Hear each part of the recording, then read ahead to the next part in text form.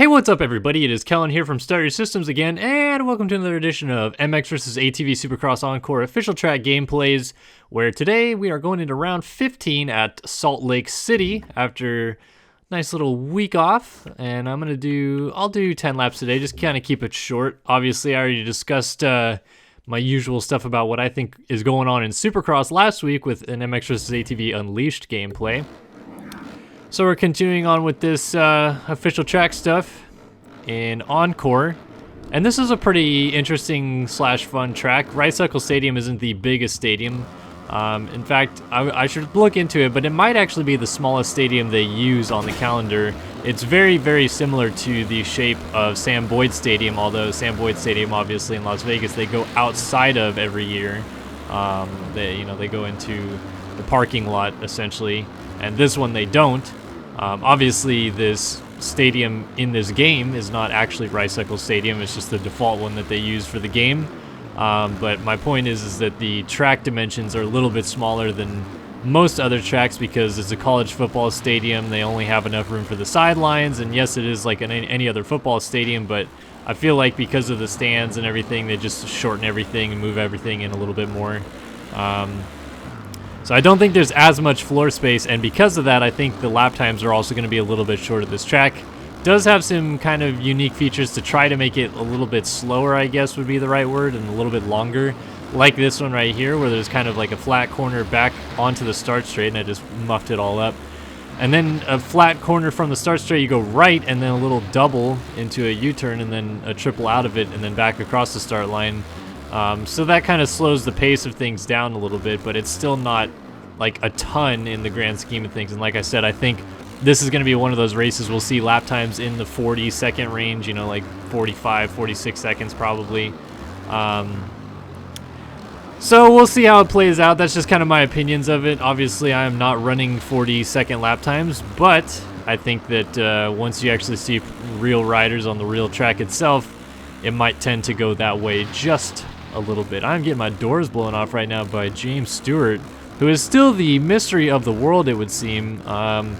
There was a lot of talk about him maybe joining that Stewart Racing Crossland effort or whatever that his brother's on, the Ride 365 team, essentially, because he supposedly was gathering Honda parts, and that was going to work out, and all this, that, and the other thing. But then that never happened, and he was supposed to be back for Daytona. That never happened. So who knows where James Stewart is and what really is going to happen. What we do know is that he just had a kid last October or so, I want to say. It was right about the end of last national season. And he's been spending a lot of time with his wife and his new kid, apparently playing a lot of golf, and just in general not really riding a lot.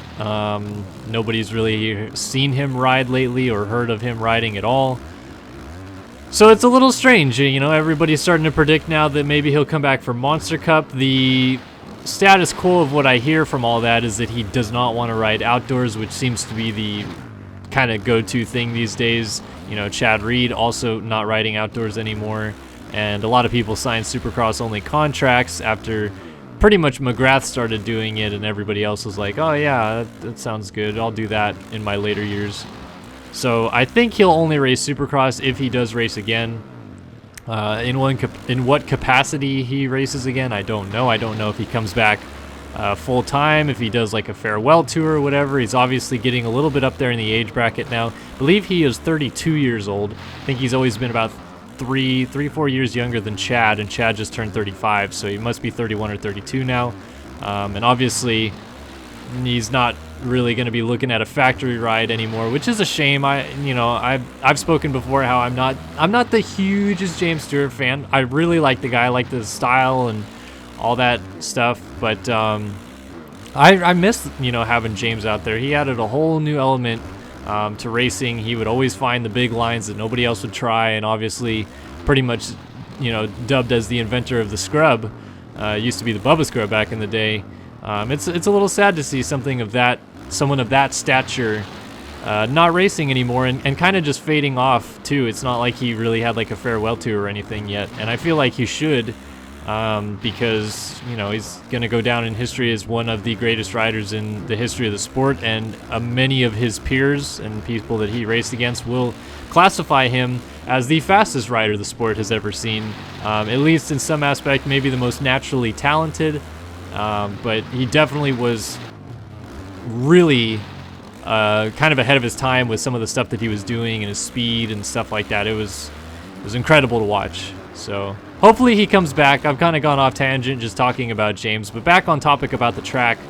Like I said, you know, it's a little short this week. That first rhythm section has 6, 7, 8, 9, 10, 11 jumps in it essentially, and if you have a full rhythm lane, you should be able to fit about 13 jumps in there, from one end of the stadium to the other.